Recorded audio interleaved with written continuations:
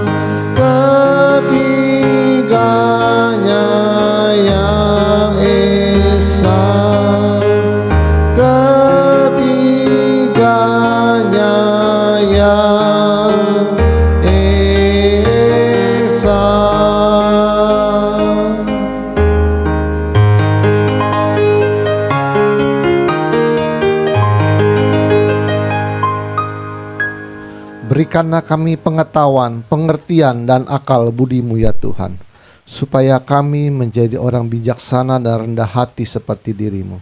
Urapi hamba-Mu pada saatnya Bapa, Kau menjamal lidah bibir hamba-Mu Roh Kudus, supaya apa yang hamba perkatakan menjadi kebenaran-Mu yang sempurna di akhir zaman itu Tuhan. Sembunyikan hamba-Mu di balik salib-Mu, biarlah Engkau semakin besar dan hamba-Mu semakin kecil. Persiapan hati kami bagaikan tanah yang subur di dalam hati kami, supaya firman-Mu yang bentuk logos tulisan mati menjadi rema dalam kehidupan kami. Terima kasih Bapa, terima kasih Tuhan Yesus, terima kasih Roh Kudus. Di dalam nama Tuhan Yesus kami telah berdoa dan mengucap syukur. Haleluya. Kita yang percaya katakan amin. Mari kita ucap salam kita. 1, 2, 3.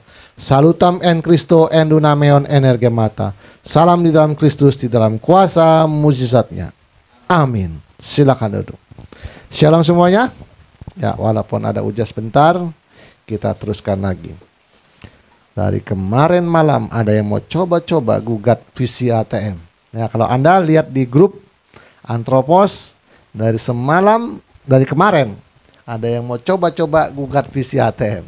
Saya kasih tahu, seandainya nih, seandainya bahasa Yunani dan Ibrani tidak sejalan dengan visi ATM, bahasanya saya buang, saya ganti bahasa Kejawen. Kalau seandainya bahasa Yunani dan Ibrani menentang visi ATM karena tafsiran banyak begitu, bahasa Yunani dan Ibrani saya buang, nggak mau pakai lagi. Kita pakai bahasa Arab, Kejawen, Sunda Wiwitan, dia nggak, saya buang semua. Untuk apa? Orang-orang saya tidak terikat oleh bahasa kok. Seandainya ini, ya. Tapi memang dari zaman yang bapak-bapak gereja itu nggak ada yang pinter, cuma berputar doktrin teologi di situ-situ aja.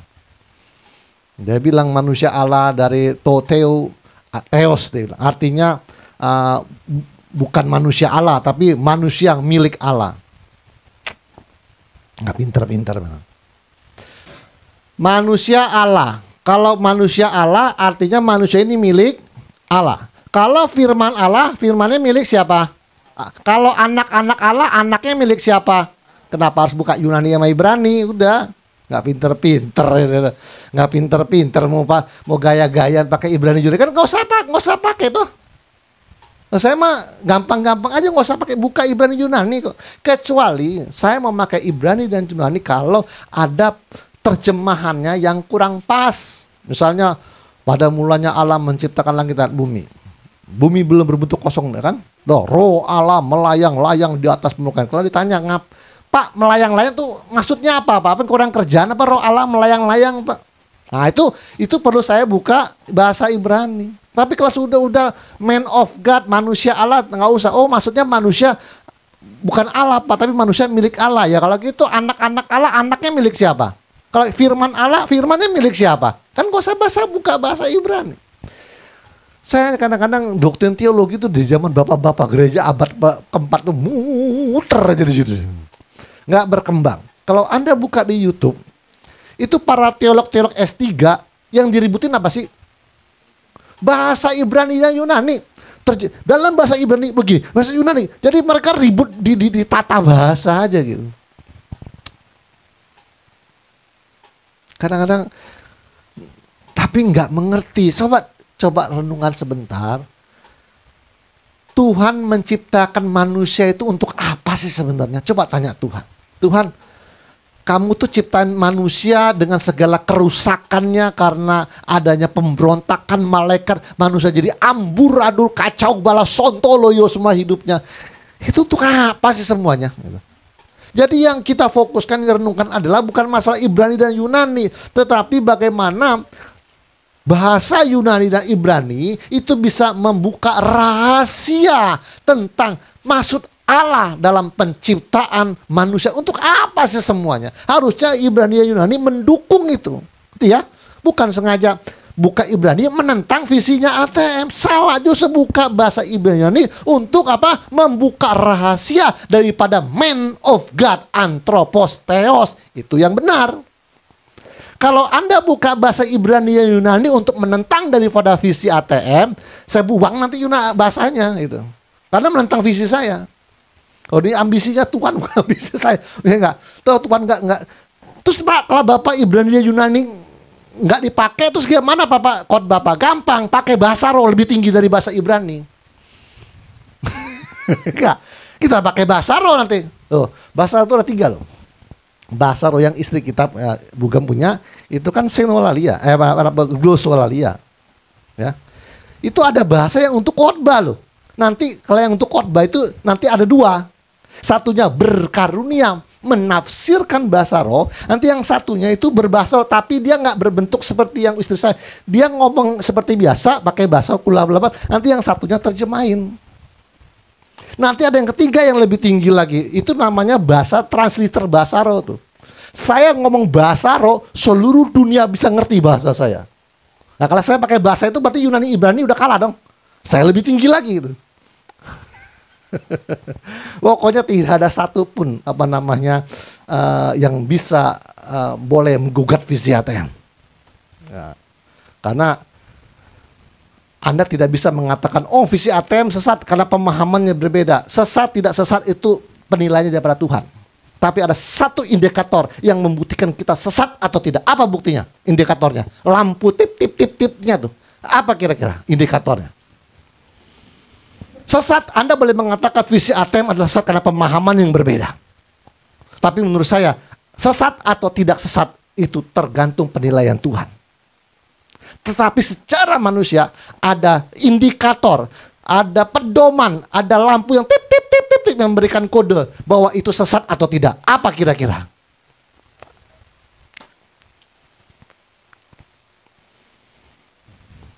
Indikatornya, kan ini nggak lagi ngomong teologi nih.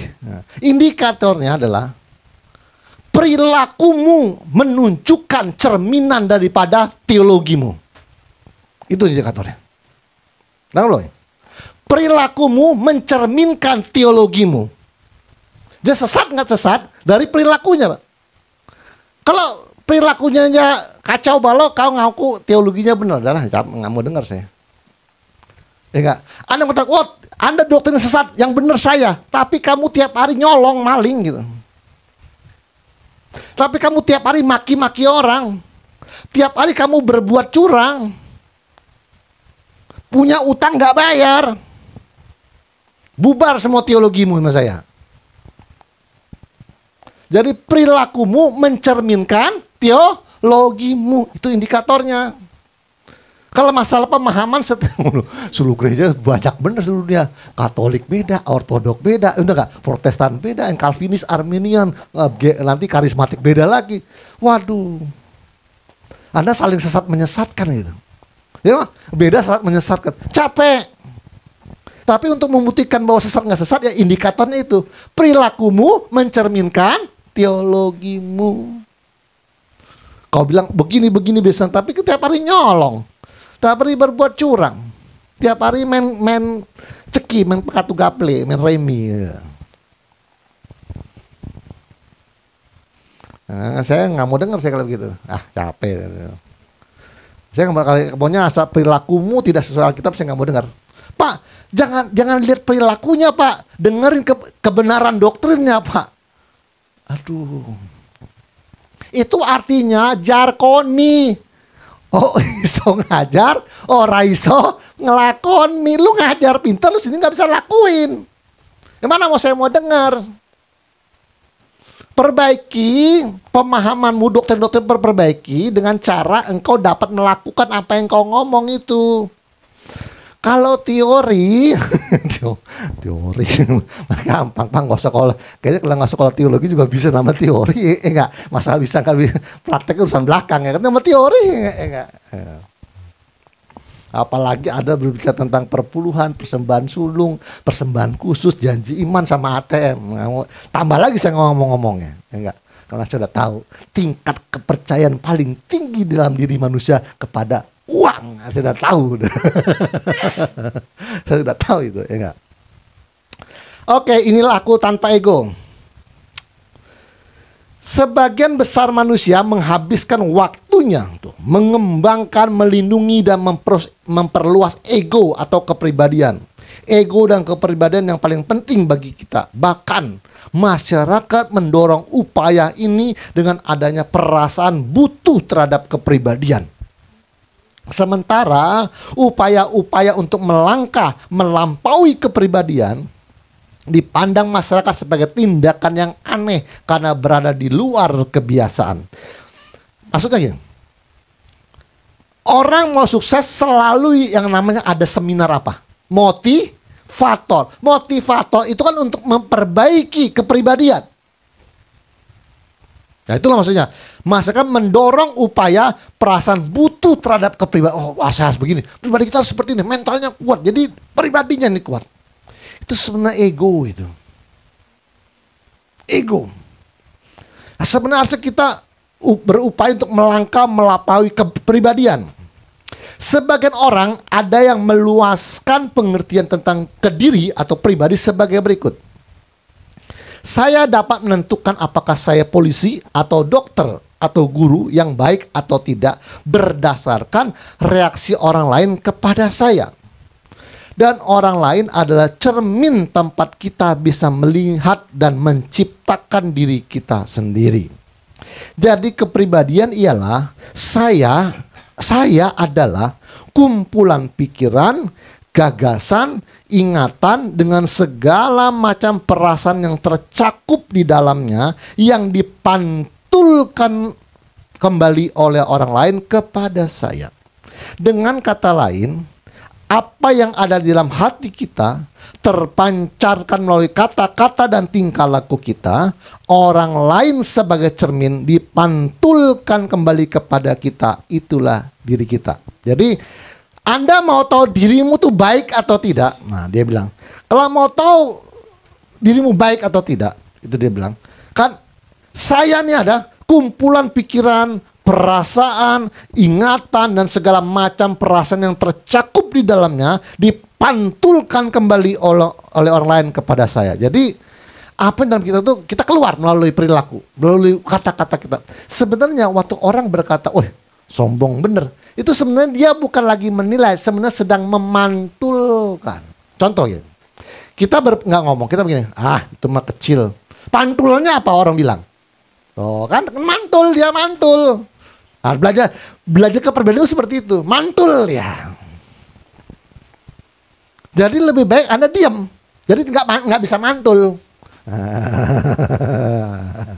Ya, artinya, jadi ucapan perilaku kita orang lain hanya memantulkan, Tapi orang selalu jawab apa? Bodoh amat lah orang ngomong apalah. Saya orangnya seperti ini. Tuh, neken ego.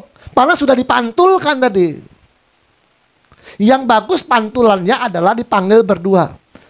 Bu, Pak, jangan begitu Pak. Pantulannya jelek. Bapak kalau begitu orang lihatnya perilakunya jelek. Nah, kita sedang memantulkan dengan cara yang lebih lembut. Tapi kan ada orang gak semuanya begitu. Ah gila tuh. Tuh bapak tuh gila tuh. Sombong bener.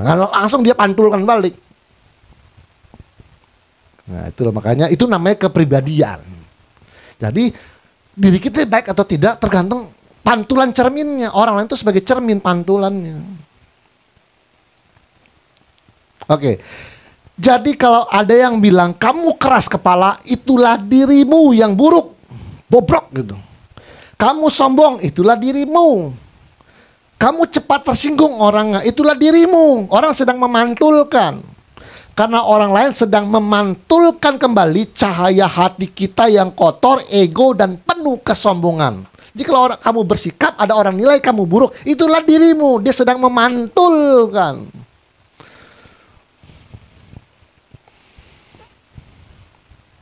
Nah, udah baca? Jadi apa yang dalam hati kita ini keluar nih melalui kata-kata dan tingkah laku kita, orang lain sebagai cermin dipantulkan. Nah, mantul. Mantul itu apa sih? Apa mantul? Mantul itu apa sih? Hah? Mantul kayak cermin itu, nah, ngebayang kita, mantul balik dia.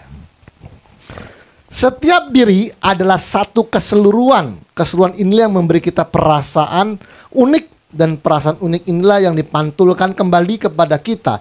Kita jadi lebih berharga dan gembira. Ya, kalau orang bilang, kamu hebat, unik. Kamu gini, dia unik dia. Itu yang membuat kamu seneng kalau dihargai.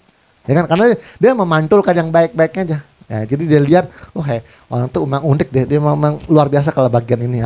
Anda seneng kan? Karena orang sedang memantulkan sesuatu yang baik dalam diri Anda. Sekarang ada 12 ego di dalam dirimu nih. Belajar, semuanya sedang belajar perenungan. Lagi saya ngajarin Anda tentang, kalau bahasa kerennya itu spiritualnya namanya meditasi Vipassana. Vipassana namanya perenungan pandangan terang. Renung pandangan terang supaya apa? Terang tentang kebijaksanaan. Semua yang di ruangan ini harus menjadi man of God atau manusia setengah dewa. Bahasa pakai bahasa spiritual ya, manusia dewa. Enggak. Orang bilang jasadnya manusia, tapi hatinya hati dewa. Nih 12 ego nih, oke? Tinggal pilih aja dan cari sendiri di mana-mana. Di gereja juga banyak. Oke. 1, aku. Nafsu tinggi, aku ego, ya aku ini lekas marah, nggak bisa, aku marah ke saya. Aku bingung, suka kebingungan. Orang yang bingung suka dibilangin, nggak tahu lah pak, nggak tahu, paling dia gitu. Jadi kayak nggak mau disalahin. Aduh, bingung dia. Aku kebingungan, aku nurut. Ada ya orang kali bilangnya, iya nge. Terima nggak terima dia mah nge aja gitu. Aku nurut. Aku sok pinter, jadi apa mau ngajar orang gitu. Aku itu. Aku yang labil. Labil itu apa? Labil. Mudah goyang. Ya, mudah goyang dia. Habis bilangin gini. Oh ya benar ya. Terus ada nasihat orang lain. Begini pak. Oh ya benar. Jadi nggak mantap. Aku itu. Nah itu kalau nggak dirubah sampai mati dia begitu. Orangnya cepet kemakan omongan orang. Nah orang bilang gitu. Itu kalau nggak dirubah di ATM begitu sampai mati. Coba Anda bayangin Yesus seperti itu. Guru begini, oh ya benar juga. Terus Petrus ngomong, guru begini, oh ya benar juga. Guru yang mana sih? Kesana ini saya mau juga, sini mau juga. Nah, kan nggak aku itu labil, nggak boleh. Aku sang ego labil. Aku mudah tersinggung, benar? Orang sentuh dikit, bercanda dia hati-hati loh. Ngomong dikit salah kesinggung. Itu kalau nggak dirubah, ego akunya seperti saya seperti ini. Dia masa saya tuh begini. Harus berubah itu. Harus di ATM lama itu benarnya. Aku keras kepala. Nah, ada kan apa artinya? Dinasihatin susah dia. Aku bebel, ngeyel. Jadi ada orang kalau anak ketemu dibilang itu ngeyel. Itu akunya, sayanya begitu dia terbentuk. Dari seluruh pikiran, gagasannya, semua pemahamannya itu terbentuk pribadi dia.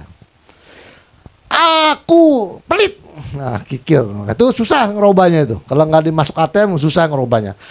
Aku boros. Ada orang boros. Saking borosnya royal sama teman-temannya. Ada orang model begitu. Oke. Aku tidak mau tahu. Gengsi dia. Nggak mau tahu. Gengsi dong saya dong. Nggak mau tahu dia urusan orang. Dia pokoknya nggak mau tahu. Gitu mah gengsi, saya nggak bisa dari dirinya saya kalau begitu. Nah, inilah di dalam kepribadianmu ada gambarnya hati, ya. Tuh, aku nafsu tinggi. Nafsunya tinggi dia. Aku lekas marah, aku penurut, aku kebingungan, aku labil, aku boros, aku sok tahu. Aku kikir, aku bebel, aku keras kepala, aku tidak mau tahu, aku. Ini kalian lihat 12 ini perhatiin seluruh manusia itu. Pasti salah satunya punya dia. Bener nggak? Salah-salah bisa 2 biji yang dia punya. Bener nggak? Ya, udah lekas marah kemudian tersinggung lagi ya. Tapi minimal punya 1. Minimal punya 1, ya. Gurumu nih yang di mimbar kalau punya salah 1 aja gagal visi ATM. Itu aja dah. Saya ngomong tegas. Gurumu yang ngajar di mimbar nih kalau punya salah 1 aja visi ATM gagal. Kalau nggak Anda tuh tinggal ngomong sama saya. Saya tidak akan, nggak bisa, nggak, saya nggak begitu. Itu saya neken ego. Kalau saya bilang saya nggak bisa begitu, itu saya udah neken itu. Ya. Jadi pemegang visi ATM kalau ada 12 salah 1 dari 12 ini gagal visi. Wah, visi itu ya enggak. Payah sama pendeta dinasihatin susah. Pendetanya mudah tersinggung. Bingung ya. Gagal. Saya udah bilang gagal visi. Gagal visi. Pemegang visi ATM. Jadi dimulai dari saya dulu. Visi ATM. Gurunya ada 12 ini gagal visi. Kalau yang di luar mau borongan semua juga nggak masalah. Ya enggak? Di luar ATM mau borong 12 itu nggak masalah. Ya enggak? Udah nafsunya tinggi, lekas marah, mudah turun atau serah ya. Borong aja semua itu. Ya enggak? Saya hanya bilang kalau pinter dipelihara boleh, tapi bodoh jangan dipelihara. Gitu. Itu aja udah. Ya enggak? Beberapa pengertian tentang aku. Dengan menyadari aku yang tanpa ego, maka akan terpahami bahwa ego yang tersinggung dan sedang marah, ego yang tersinggung dan sedang marah, sedang marah egonya, marah saya, sesungguhnya tidak ada. Dengan menyadari aku yang tanpa saya yang tanpa ego tuh, maka terpahami bahwa ego yang tersinggung dan sedang marah tuh sesungguhnya nggak ada. Tidak terdapat diri atau ego yang reputasinya perlu ditaruh begitu tinggi. Jadi yang ego itu nggak ada istilah ini saya ditaruh paling tinggi, nggak bisa dirubah-rubah. Saya begini. Tidak ada reputasi yang terlalu tinggi. 2, dengan menyadari tidak adanya objek atau benda yang perlu dimiliki, maka keterikatan, kebencian, iri hati, keangkuhan dan lainnya akan lenyap. Jadi apa nih maksudnya? Satu kata, kemelekatan. Nah, dengan menjadi tidak adanya objek atau benda yang perlu dimiliki, maka keterikatan, kebencian, iri hati, keangkuhan dan lain akan lenyap. Jadi nggak ada yang dimiliki. Tapi saya juga nggak setuju kalau orang suka punya perenungan seperti ini. Untuk uang nggak dibawa mati. Terus dia bilang ngomong apa? Semua harta benda adalah titipan Tuhan. Kata titipan saya tidak setuju. Emangnya di mana ayatnya Tuhan nitip harta sama kita? Oke, pakai ayat dulu ya. Menurut Alkitab di mana tertulis aku Tuhan menitipkan harta kepadamu. Pakai ayat. Yang kedua pakai perenungan. Kan perenungan? Kapan nitip? Seorang saya kerja keras kok nitip? Saya ini kerja keras, kita semua kerja kan? Mencari nafkah. Loh, kapan nitipnya Tuhan?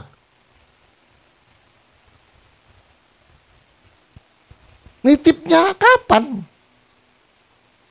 Tuhan bilang, pemberian yang baik berasal dari Bapa dari segala roh, yang memberikan tanpa adanya pertukaran bayangan. Apa? Tumbal, tukar-tukar. Saya dapat ini enggak ada. Enggak ada titip-titipan. Kamu kerja, kamu cari nafkah. Enggak ada titipan. Kalau titipan tuh biasanya di sana. Di pejabat-pejabat negara, Pak, numpang titip amplop, Pak, titip. Itu ada, nitip namanya itu. Ya. Jadi konsep titipan Tuhan itu adalah sebenarnya keliru. Jadi saya mau perbaiki juga hal-hal yang sudah merajalela di masyarakat. Ini saya mau rubah juga nih, ya enggak ya? Harta itu adalah titipan. Ya. Saya menentang konsep itu karena Alkitab pertama tidak pernah mengajarkan Tuhan nitip harta. Kedua, kapan nitipnya? Orang saya kerja kok, saya digaji orang, saya digaji ya kan, kalau kerja sama orang 2 juta sebulan, kapan nitipnya Tuhan ya? Saya kerja, saya dapat upah. Kapan nitipnya? Kan secara realita juga nggak ada dalam titip menitip. Ya. Oke, terus. Dengan menyadari adanya kesadaran manusia yang menjadikan seseorang bergerak secara bebas, oleh karena itu kita tidak perlu menghabiskan tenaga dan waktu untuk hal-hal yang tidak baik, keterikatan, kebencian, dan kebodohan. Nah, kita menyadari nih bahwa manusia bisa bergerak dengan bebas. Kita nggak perlu habisin untuk hal-hal yang jahat, maksudnya gitulah. 4. Dengan menyadari cara pandang yang salah, bahwa sikap hidup yang melekat kepada hal-hal dunia itu sebuah kekeliruan.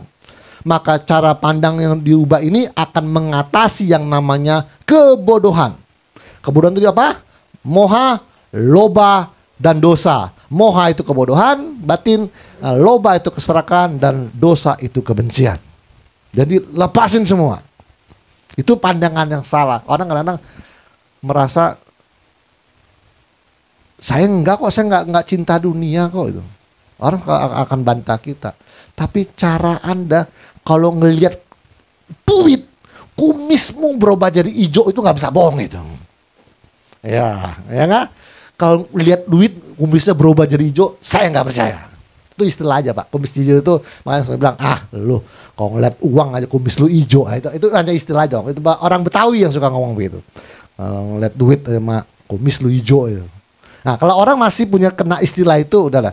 Anda masih tentang keterikatan tentang duniawi. Itu kekeliruan. Nah, melekat kepada hal-hal dunia adalah sebuah kekeliruan.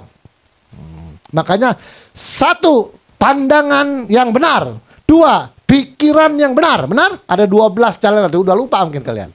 Udah gak pernah dibahas lagi soalnya. Ya kan? Tapi ada 12 semuanya kan? Nah, 1, pandangan yang benar. 2, pikiran yang benar. 3, ucapan yang benar. 4, perilaku tingkah laku yang benar. Nah, semuanya. Hikmat yang benar. Semuanya 12. Udah lama gak bahas lagi. Semuanya pandangan sebenar.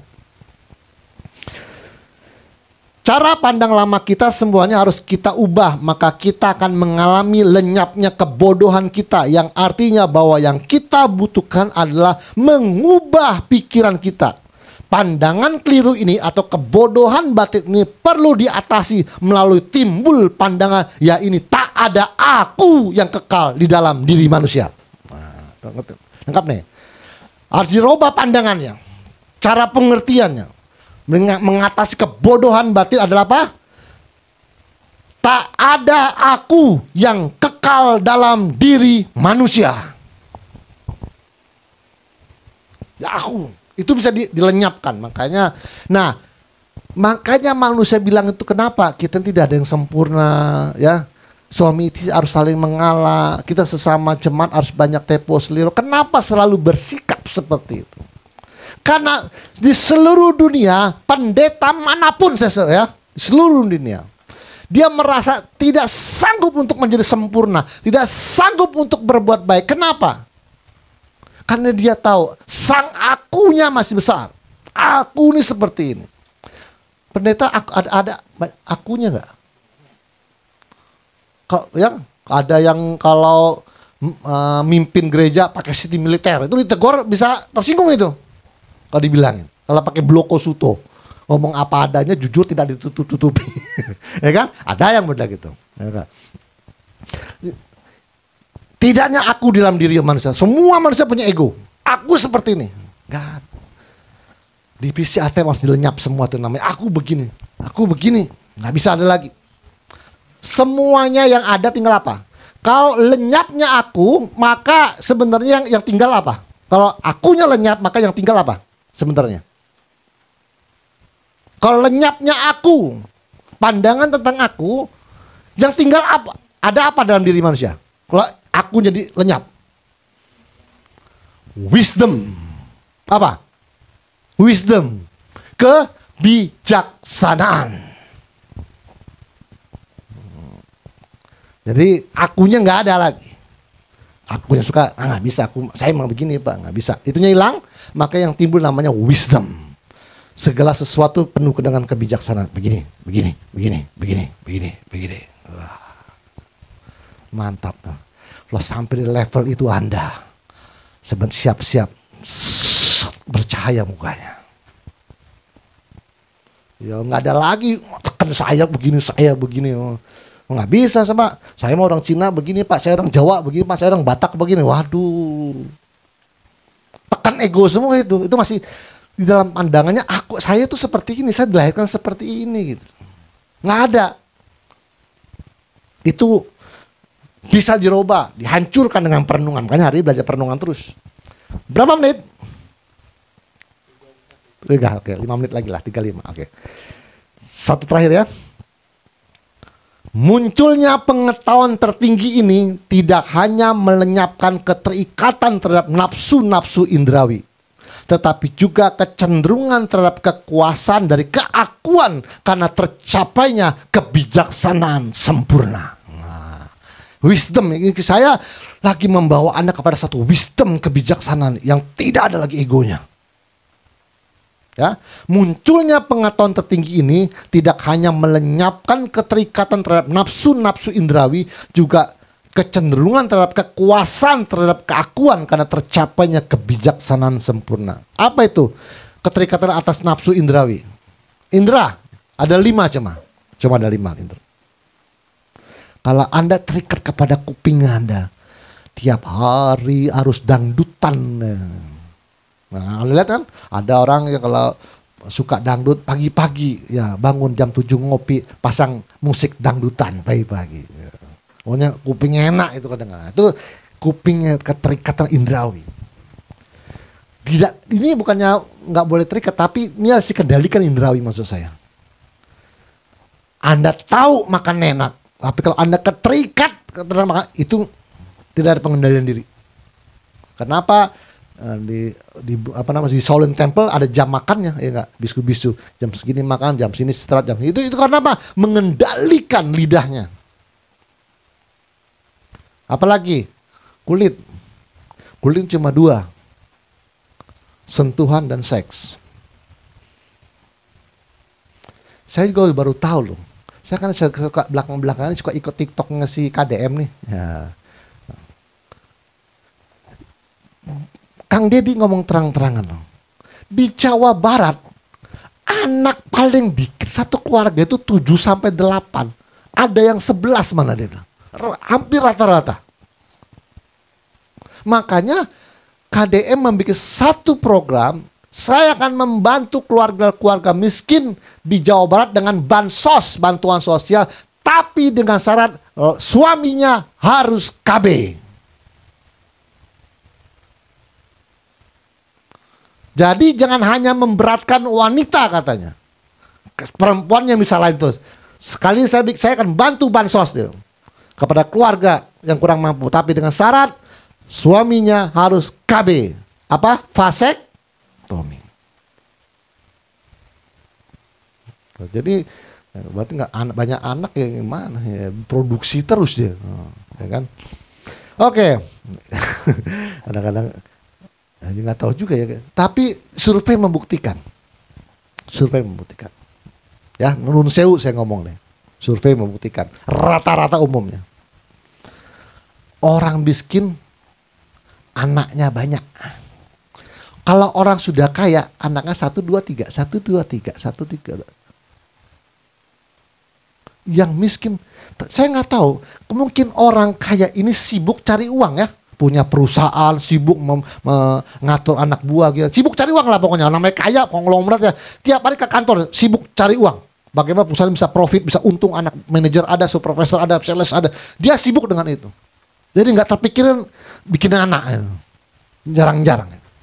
Tapi kalau orang miskin, kita ngomong nih, kerja sebentar, pulang ngopi. Nganggur ngapain ya? Ya udah, bikin anak lagi. Karena nggak ada, dalam keseharian nggak ada kegiatan. Nggak ada kegiatan. Orang kaya keluar rumah jam 7, kadang-kadang jam 9 malam baru sampai di rumah loh. Karena dia mengurus perusahaannya yang besar. Orang miskin nggak ada kerjaan kan? Yang sebentar pulang, ini pulang, nggak ada kerjaan, bikin anak lagi. Rata-rata begitu.